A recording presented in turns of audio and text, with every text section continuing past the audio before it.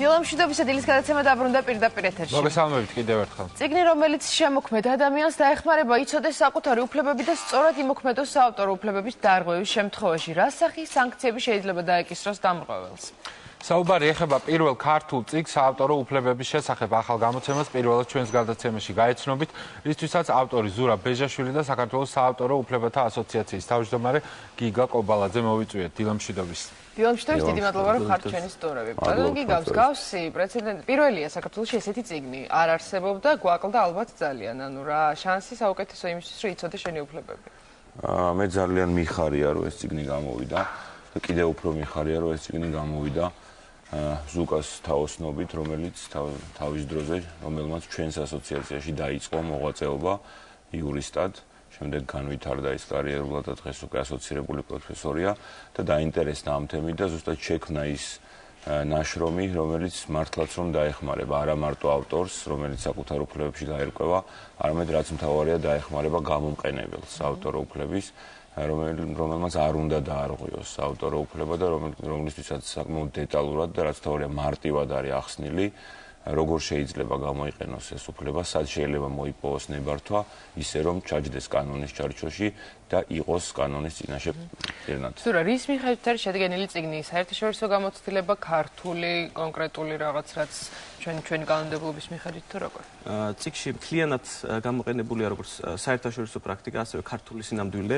რეალურად აღებული არის კონკრეტული მაგალითები, თუნდაც სასამართლო გადაწყვეტილებები, აღებული არის კონკრეტული საქმეები, რის მიხედვითაც მოხდა ანალიზი, ასევე გაანალიზა ქართული კანონმდებლობა, როგორ არეგულირებს საავტორო უფლების დაცვას და დარღვევის შემთხვევაში რა დაცვის მექანიზმები აქვს თვითონ ავტორს ავტორო უფლების ფლობელს. აქედან გამომდინარე, ამ შემთხვევაში აქცენტი გავაკეთეთ ქონებრივი უფლებები, ცოტა დიდი სათაური აქვს.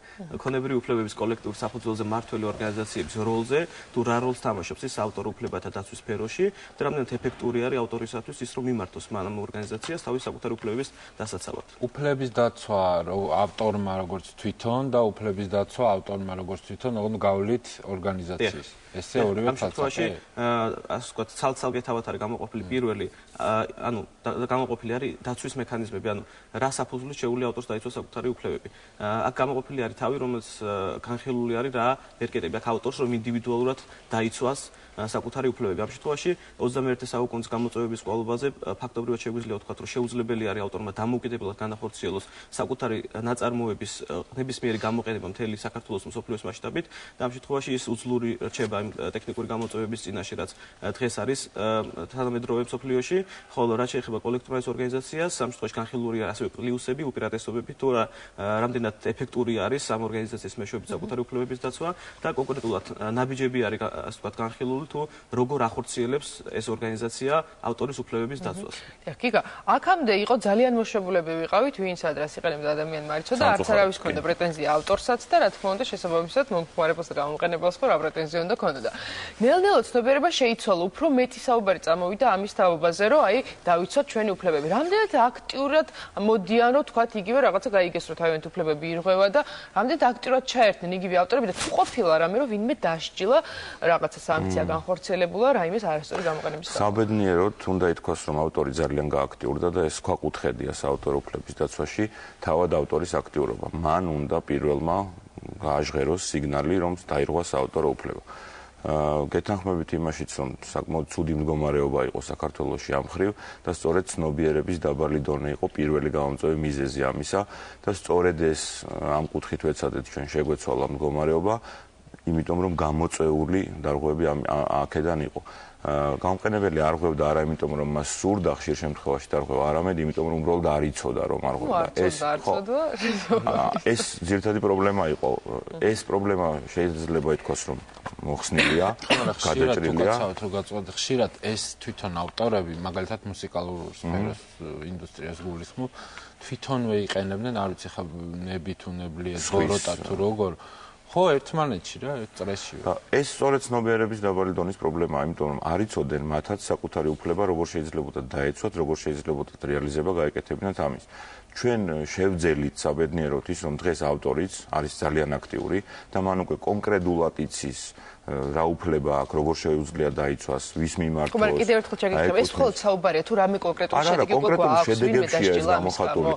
პირველი ყველაზე დიდი შედეგი არის ის, რომ დღეს გამომყენებელი საავტორო უფლების უკვე გამოყენებამდე ითხოვს ნებართვას ან ავტორისგან, ან ჩვენგან.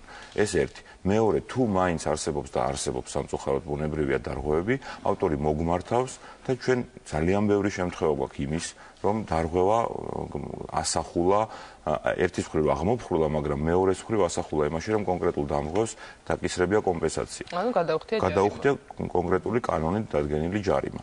ეს პროცესი ხანგრძლივია, აი რამდენ ხანს შეიძლება დაიწყოს? რამდენად ზოგჯერ იმ ხანს იწელება ხოლმე პროცესი, რომ უკვე უბრალოდ აღარ სულღირს. მესმის, კი ბატონო, არის, იმიტომ რომ სასამართლოს წესით ხდება როგორც წესი და სასამართლო მოგეხსენებათ ხანგრძლივია, მაგრამ ყოფილა შემთხვევები, როდესაც არც მიისულა საქმე სასამართლომდე, პირდაპირ ჩვენი ორგანიზაციის შეტყობინების საფუძველზე დამღვრევისთვის მომხდარა დამღვრევის მიერ ამ დამღვრევის აღიარება და შემდეგ გამოსწორება. და შესაბამისად ჯარიმის თუ კომპენსაციის უფროსწორი იქნება თუ ვიტყვით კანონის ენით გადახდა. და საკმაოდ ხშირია ასეთი შემთხვევები და ეს შემთხვევები, როდესაც ეს პრეცედენტი არსებობს, ეს ბუნებრივია იწევს პრევენციას შემდგომში და სხვა უკვე ქართულ ობიექტებზე სიტყვაზე რესტორანი იქნება თუ რა იქნება, ხო, სიტყვაზე ჩართო ვიღაცამ ნინო ქათამაძე, ის რომ ეს გაიგოს ავტორმა და უფლებადამცველმა ორგანიზაციამ მარტივია, მაგრამ ჩართო ელტონ ჯონი.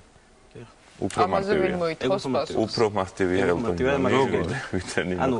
ამ ნაშრომში ასევე მიმოხილული არის კოლექტიურების ორგანიზაციის წევრობა საერთაშორისო ორგანიზაციისადმი, ანუ ამ ორგანიზაციას გაფორმებული აქვს ურთიერთთანამშრომლობის მემორანდუმი სოფლიოში არსებული და მოქმედ ყველა კოლექტიურების ორგანიზაციასთან, რომელიც რას ნიშნავს, რომ ქართული კოლექტიურების ორგანიზაცია იცავს იმ ავტორების უფლებებს, რომლებიც დაცვაც ევალებათ იმ კოლექტიურების ორგანიზაციებს, მაგალითად, ეს იქნება დიდ ბრიტანეთში თუ ამერიკის შეერთებულ შტატებში, საფრანგეთში თუ არ აქვს მნიშვნელობა, ხოლო თავის მხრივ ქართველი ავტორების უფლებებს, რომლებსაც იცავს კოლექტიურების ორგანიზაცია საქართველოში, აი მათ უფლებებს იცავს უკვე ის კოლექტიურების ორგანიზაციები თავიანთ ქვეყნებში. ანუ ამ შემთხვევაში არის ეს ქსელი ურთიერთთანამშრომლობის მემორანდუმები, რომელიც ერთიანი ქსელითაც ხდება ყველა საავტორო უფლების ფლობელისა და ნაწარმოების ავტორის უფლებების დაცვა. ამ წიგნიდან თუ გავიგებ, ჩვეულებრივად, ვისაც მინდა ჩემი უფლებები დავიცვა, რა სახის სანქციები არსებობს? ეს სხვა რაღაც ერთი მოჭრია, რაღაცა სხვადასხვა იმას ექვემდებარება. ეს არის ეგრეთ წოდებული კანონმდებლობის სამეცნიერო ანალიზიც არის გაკეთებული და მარტივენადზე არის გადმოცემული მკითხველისათვის, თუ რა შეიძლება დადგეს ავტორ უფლების დამღვრევისათვის. განხილული არის სამი შემთხვევა, სამი საკანონმდებლო დაცვის მექანიზმები, თუ რა შედეგი შეიძლება მოყვეს. აქ არის განხილული საავტორო და მომიჯნავე უფლებების შესახებ საქართველოს კანონის თანახმად, საავტორო უფლების დამღვრევს დაეკისრება კომპენსაცია 10 გიოდენობით იმის თანხის, რაც უნდა რეალურად გადაიხადა. მაგალითად, ერთ-ერთი სასამართლო დავა იყო, როდესაც მუსიკალური ნაწარმოების ეთერში ჩართვის, სარეკლამო რგოლში ჩართვისათვის გადასახდელი ქონა 2000 ლარი, მას გადაიხადა 20000 ლარი, ხო? ამ შემთხვევაში და ეს თანხა მთლიანად ადმინისტრირების 20%-ის გამოკლებით მიდის ავტორთან. მეორე მექანიზმი შეიძლება იყოს ადმინისტრაციულ სამოქალაქო კოდექსში არსებული ჩანაწერი 156 პრიმამუხლი, რომელიც ამბობს, რომ საავტორო უფლების დარღვევისას შეიძლება დაკისრეს ადმინისტრაციული ჯარიმა.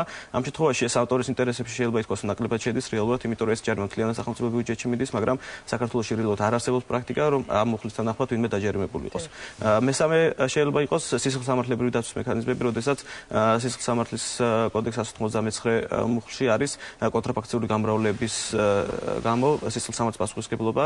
შესაბამისად, თუ გახსოვთ რამდენიმე წლის წინ აქტიურად იყო ხოლმე ტელევიზორში, როდესაც უკანონო ვაჭრობის შედეგად ხდებოდა ხოლმე საავტორო უფლების დაცული ობიექტების ამოღება, რომლებიც არ არის თვითონ კონტრაფაქციული გამრავლებად და ამ შემთხვევაში ეს არის სისხლსამართლის პასუხისმგებლობის საკითხი. შორის უკაცრავად რო გაწყვეტინებ, აი აპრილის თვე იყო თუ არ ვცდები 2013 წლის, როცა ესეთი პრეცედენტი დადგა და სისხლსამართლის საქმე აღიძრა, აღმოჩენილი იქნა კონტრაფაქციული, ეგრეთ წოდებული პირატული, მეკობრული CD და DVD ძალიან დიდი რაოდენობით ლილოს ბაზრობაზე და სამართალდამცავი ორგანოებმა ამოიღეს ეს, გაანადგურეს და ანუ შეიქმნა პირველი პრეცედენტი იმის, რომ ასეთი საქმიანობა დანაშაულია. ამას როგორ უნდა დიოთ? ან ინტერნეტში აქ ეცი დავამატებ ამ თემას, რომ მოვიკითხე 2008 წელს ჩატარებული კვლევის თანახმად საქართველოს ინტერნეტ სივრცეში ბრაკონიერი ქვეყნების სიაში 95%-ს იჭერს, ანუ ეს საკმაოდ დიდი მოჩვენებაა. საქართველოს 100%-ით ასე ვთქვათ, ბრაკონიერობით. ბოლო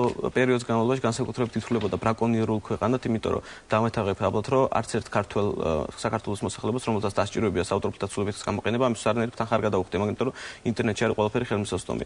ანუ აქედან გამომდინარე, საქართველოს დღესაც დგას ეს პრობლემა და ძალიან მნიშვნელოვანი არის. სწორედ ამ ხო, მაგრამ ეს პრობლემა არის აი ეგ ამერიკაში სწორედ რომ ფსიქოლოგიის ასე ვთქვათ, ნაწილია, რომ არის უფასოდ და რატო უნდა გადავიხადო, ხო? გეთანხმებით და სწორედ ეგ არის ყველაზე დიდი პრობლემა, რომ აი მე გეტყვით რა, არსებობს ერთადერთი ქვეყანაა მსოფლიოში, იაპონია, სადაც მეკობრეობა არ არსებობს, ნულია მეკობრეობის პროცენტი.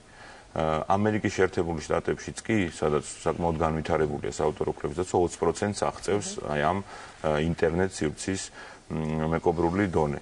ეს საკმაოდ გლობალური პრობლემაა. ამას მარტო ცალკეული ინდივიდი, ცალკეული ორგანიზაცია ვერ გადაწყვეტს. სახელმწიფოები მთელი თავისი მექანიზმები, მთელი თავისი აპარატით ზრუნავენ ამაზე, რომ ეს მოისწროს. გასაგებია, მაგრამ თავარია რომ ეს პროცენტი ნელ-ნელა ჩამოვიდეს ქვევით. დიდი მადლობა. დიდი მადლობა მინდა უთხრა გიგა კობალაძეს, რომელიც ფინანსურად უზრუნველყო ამ წიგნის დაბეჭდვა, იმიტომ რომ ძალიან მნიშვნელოვანი მსგავსი წიგნის ასე ვთქვათ არსებობა ქართულ ავტორებს გაყიდვაში ეს არის მნიშვნელოვანია, ხო ეს დეტალი ეს უფასოდ რიგდება. უფასოდ რიგდება იმ ხალხს კი, ეს ყველა და ეს ავტორებისთვის გამოსაცდომი იქნება სტუდენტებს და ასევე სამეცნიერო მხარდაჭერისთვის მადლობა მინდა გადაუხადო დავით ბატონიშვილის სამართლის ინსტიტუტს, რომელიც სამეცნიერო კუთხით გვეხმარებოდა ამ კვლევის განხორციელებაში და უკვე მე-18 გამოცემა რა მისთვის ასევე წარმატებებს გისურვებთ. ვაგრძელებთ ჩვენ ამ სფეროზე მუშაობას და უფრო მეტ დღეს ჩვენი სტუმრები დაგესწრებით საუკეთესო სურვილებით. რეკლამის დრო, რეკლამის შემდეგ ძალიან მალე დავბრუნდებით პირდაპირ ეთერში. არ გადაარჩეთ.